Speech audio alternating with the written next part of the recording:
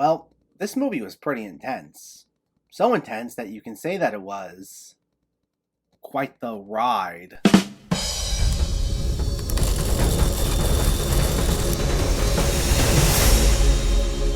What's going on, everyone? Welcome back to my channel. Today we're talking about a brand new VOD release, Riders of Justice. Before we begin, let me know in the comments what your thoughts on this movie were, if you already saw it or if you were planning on seeing it, and make sure to hit that thumbs up button if you like these reviews, as it helps me out immensely by getting my channel out there. And if you're new here, I hope you consider hitting that subscribe button so you can stay up to date with reviews of new releases, older films, hidden gems, and so much more on a near daily basis. But let's jump right into it and let's talk about Riders of Justice. This stars Mads Mikkelson as Markus, a soldier who has to go home to his teenage daughter Mathilde when his wife dies in a tragic train accident. It seems like an accident until a mathematics geek, who is also a fellow passenger on the train, and his two colleagues show up.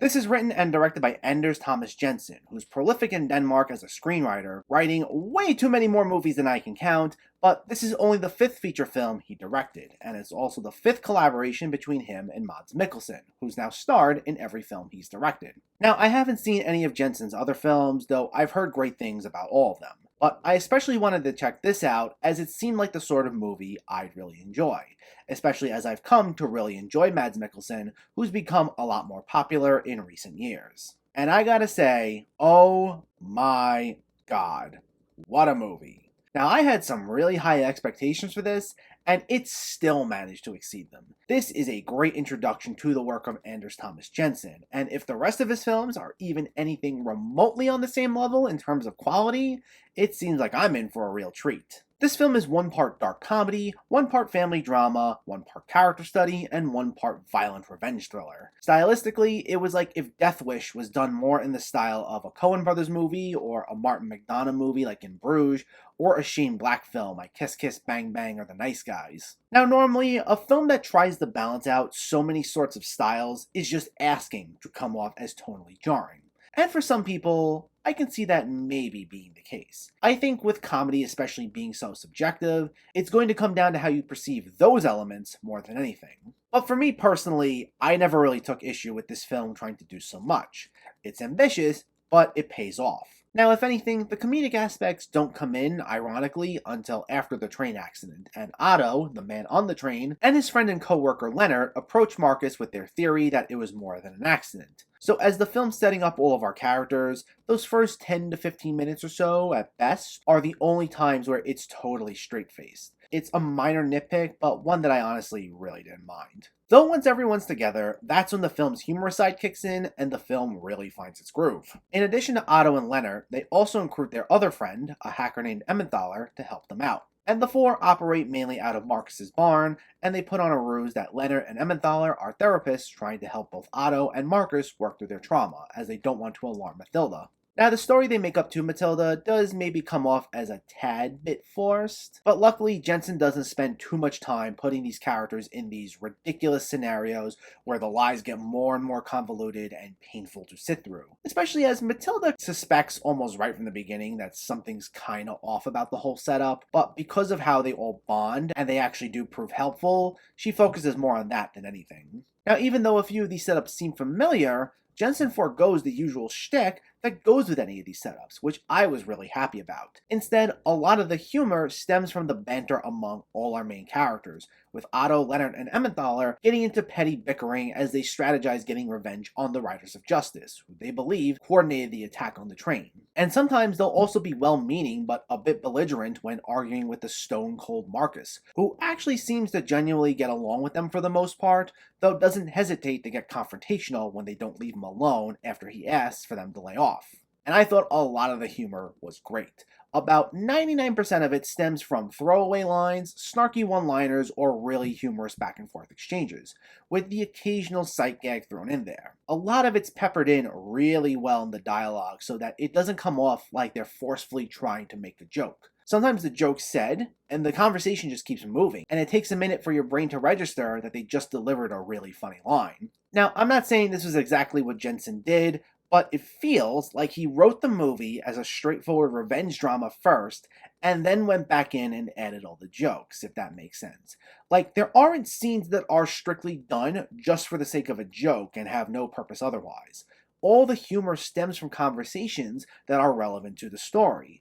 And the great thing is, it always felt like the story's moving forward. And to me, that's brilliant comedy writing as well as just exceptional storytelling. Nikolai Lee Kaz, who plays Otto, Lars Brigman, who plays Leonard, and Nicholas Bro, who plays Emmentaler, were all great here, and had such rock-solid chemistry with one another, while Andrea Heick-Gottiberg, who plays Mathilde, was also solid. But the star of the show is, of course, Mads Mikkelson, who knocks it out of the park once again here. While the majority of the film sees him with a very stone-cold, hardened persona, the film doesn't fall into the trap of making him seem so serious that he's totally unlikable or always at an arm's length emotionally. He has a fully fleshed out personality, as does every character here, which was something else that I loved so much about it. No one was there strictly for the sake of exposition. No one was there strictly to fill a character trope. No one was there to strictly be the butt of a joke. Everyone not only had relevance, but all had distinct personalities and quirks, as well as their own backstories, that made them all so compelling and enjoyable to watch. Because the film is not just a tale of revenge, it's also about the importance of family and friends, as we learn about Otto, Leonard, and Emmentaler, and what it means to them to help Markus out, despite not being killers themselves. It's also about the different ways we cope with trauma, such as how Mathilde wants her and her dad to seek therapy, while Markus physically wants to enact revenge on those believed to cause the train to crash. And it's also about learning to deal with situations that are out of our control. A major plot detail is that both Otto and Leonard are big on statistics and how they don't believe in coincidences, which is what led them to confront Markus to begin with. And that comes into play not just with helping Markus, but also Mathilde, who has all these post-it notes on her wall detailing the events leading up to the accident, as she obsesses over what she could have done differently. And those themes of having control, as well as the probability and predictability of situations, are major themes throughout the movie. Not just due to the fact that certain conversations will feel like echoes of previous conversations, but also just due to the unpredictable nature of some of the characters themselves. As I said, there are times a few of the setups will seem familiar, or you feel like you're about to call where the story goes. But Jensen will repeatedly pull the rug out from under you, and the payoff won't be what you think it would be. But he's not doing it just so he can shock you or be contradictory for the sake of it. There's a distinct reason given why certain decisions are made, and it winds up being pretty logical due to what we learn makes every single one of these characters tick. And it all blends so well together, always going back to each of these themes, in between the humorous banter, and in between the moments of brutal, bloody violence. And as for the violence, we get it more in spurts. Like, punches aren't being thrown in like every single scene, but they were a lot of fun whenever we did get them, especially a pretty explosive ending. Now, I really don't have any major complaints with the film.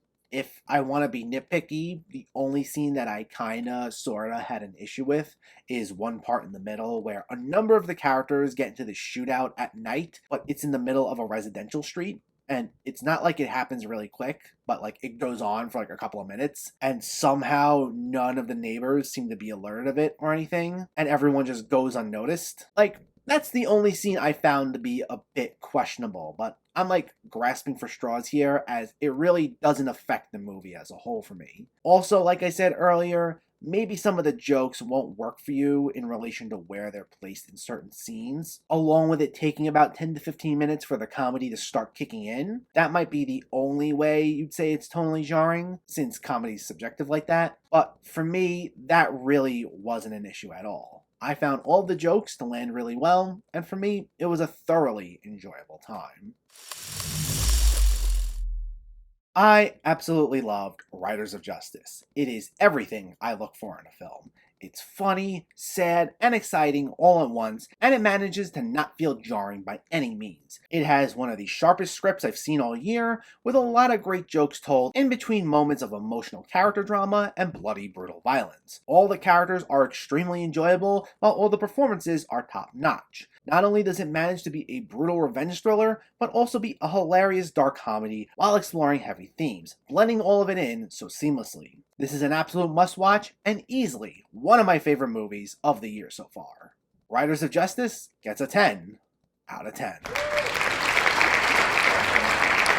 Now, the fact I gave out a 10, still kind of early in the year, has me kind of excited now, especially just as bigger movies are coming back and there's still a ton to check out. I have a feeling 2021's gonna be a really great year. But let me know, did you see Riders of Justice, or are you planning to see it, and what were your thoughts? Do you have a favorite revenge movie? Do you have a favorite Mads Mikkelson movie? Let me know in the comments below so we can discuss. Also, if you enjoyed this video, please like it and share it, and for more movie reviews and film discussion, please make sure to hit that subscribe button to stay updated. Thanks for watching, everyone, and keep having fun with film.